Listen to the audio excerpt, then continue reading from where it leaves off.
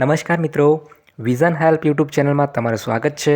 મિત્રો, આજના વિડીયોમાં ઘણા જ્ઞાન સહાયકોને એક પ્રશ્નો છે કે જાન્યુઆરી માસનો પગાર કેમ નથી થઈ રહ્યો અને જાન્યુઆરી માસનો જે પગાર છે ક્યાર સુધીમાં થશે। આ ઘણા બધા પ્રશ્નો જે છે ઉમેદવારોને છે, એના વિશે આજના વિડીયોમાં આપણે માહિતી મેળવવાના છે। તેમજ આના જે પગાર જે છે તમારે ક્યાર સુધી થઈ શકે છે એના વિશે પણ આપણે આજના વિડીયોમાં ચર્ચા કરવાના છે। મિત્રો, વિડીયોની શરૂઆત કરીએ તે પહેલાં હું તમને કંઈ કહેવા માંગીશ। ઘણા એવા મિત્રો જે છે વિડીયોને જોતા હોય છે, ચેનલને સબસ્ક્રાઈબ નથી કરતા અને વિડીયોને લાઇક નથી કરતા, તો હું આશા રાખું છું એવા મિત્રો પણ વિડીયોને લાઇક કરશે, ચેનલને સબસ્ક્રાઈબ કરશે, જેથી હું મોટિવેટ થતો રહું અને આવી રીતે નવી માહિતી તમારા સુધી લેતા આવીશ। તો ચાલો મિત્રો, વિડીયોની શરૂઆત કરીએ।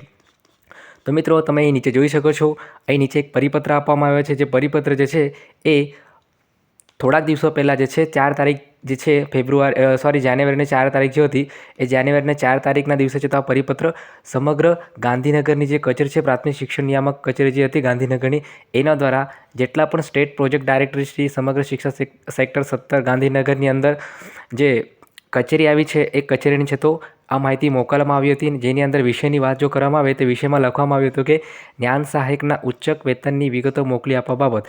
એટલે કે મિત્રો, જે પણ ઉમેદવાર જ્ઞાન સહાયકની અંદર કાર્યરત છે એમની જે વેતનની વિગતો છે એ મોકલી આપવામાં એમને છે તો પરિપત્ર કરી દેવામાં આવ્યું હતું। અને એમાં આપણે જો આગળ વાંચીએ તો એમાં એવું કીધું હતું કે સવિનય ઉપરોક્ત વિષય અન્વયે જણાવવાનું કે ચાલુ વર્ષ 2023-24 દરમિયાન ફાળવેલ જ્ઞાન સહાયકોના ઉચ્ચક વેતન માટે ફાળવવાની થતી ત્રિમાસિક ગાળાની રકમ। તો જો મિત્રો, ત્રિમાસિક ગાળાની રકમ એટલે કે 3 મહિનાની જે રકમ છે એક સાથે જે છે આ દરેક જિલ્લાની અંદર છે તો આમના દ્વારા જે છે મોકલી આપવામાં આવી હતી। અને આ જે છે એની અંદર છે તો એમણે છે તો રિક્વેસ્ટ કરી હતી, તો આ જે રકમ જે હતી એ એમના દ્વારા છે તો મોકલી આપવામાં આવી હતી મિત્રો। અને આપણે જો વાત કરીએ તો કયા જિલ્લાની અંદર કેટલા જ્ઞાન સહાયકો કાર્યરત હતા અને કયા જિલ્લાની અંદર આ રકમ છે તો મોકલી આપવા માટે આ લોકોએ વિનંતી કરી હતી, એના વિશે જોઈએ તો આપણે અહીં જોઈ શકીએ છીએ, અહીંયા જિલ્લાઓની વિગત આપી છે નીચે। એ જ રીતે હાજર થયેલા જ્ઞાન સહાયકો ધોરણ 1 થી 5 અને 6 થી 8માં એની વિગતો અહીંયા દર્શાવી છે।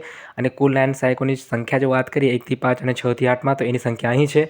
અને જો વાત કરીએ 3 માસની જે ગાળાની રકમ છે એ રકમ છે તો અહીં નીચે આપવામાં આવી છે। જો આપણે ઉદાહરણ તરીકે વાત કરીએ અમદાવાદ જિલ્લાની, તો 1 થી 5ની અંદર 169 અને 6 થી 8માં 39 જેટલા જ્ઞાન સહાયકો કાર્યરત છે। ટોટલ 208 જેટલા જ્ઞાન સહાયકો અમદાવાદ જિલ્લામાં છે। અને એમના માટે જે ફાળવણી રકમ છે 131.04 લાખ જે છે એ ફાળવણી છે તો કરવામાં આવે એમ રિક્વેસ્ટ કરવામાં આવી હતી। અને આ જે રકમ જે છે એ લગભગ મિત્રો એ જે છે એસએસએમાં છે તો આપી દેવામાં આવી હશે, બરાબર ને। અને જેના કારણે અત્યારે આપણે હાલમાં જોઈ શકીએ છીએ કે ઘણા એવા જિલ્લાઓ છે કે જે જિલ્લાઓની અંદર અત્યારે હાલમાં છે તો જ્ઞાન સહાયકોનો જાન્યુઆરી માસનો પગાર થઈ ગયો છે, પરંતુ અમુક જિલ્લાઓ એવા છે કે જેમાં બાકી છે, બરાબર ને। એટલું જ નહીં મિત્રો, અહીં નીચે બીજા પણ જિલ્લાઓ આપવામાં આવ્યા છે જેમાં નવા જે જ્ઞાન સહાયકો જે છે કાર્યરત થયા છે એમની વિગતો અહીં આપણે જોઈ શકીએ છીએ।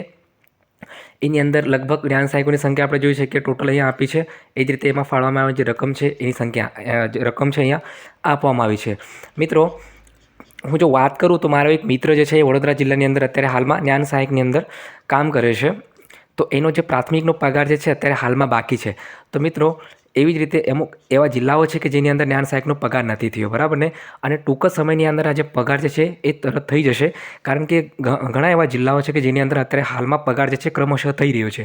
તો ખૂબ જ ઓછા સમયની અંદર લગભગ અત્યારે ફેબ્રુઆરી માસ ચાલી રહ્યો છે, તો ફેબ્રુઆરીના અડધા માસ પછી છેલ્લે જ એન્ડિંગ સુધી લગભગ સમગ્ર જિલ્લાઓની અંદર સીધા પગાર થઈ જશે, બરાબર ને મિત્રો। એટલે તમારે ચિંતા કરવાની કોઈ જરૂર નથી। જો હવે વાત કરીએ પ્રાથમિકની થઈ ગઈ છે, તો હવે વાત કરીએ માધ્યમિકની।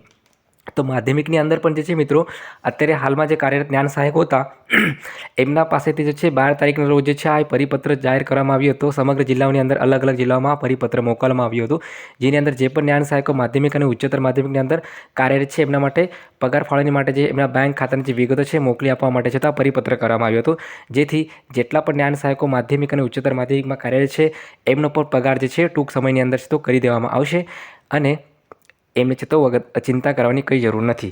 તો મિત્રો, આશા રાખું છું વિડીયોની અંદર આપેલી માહિતી તમને યોગ્ય લાગી હશે।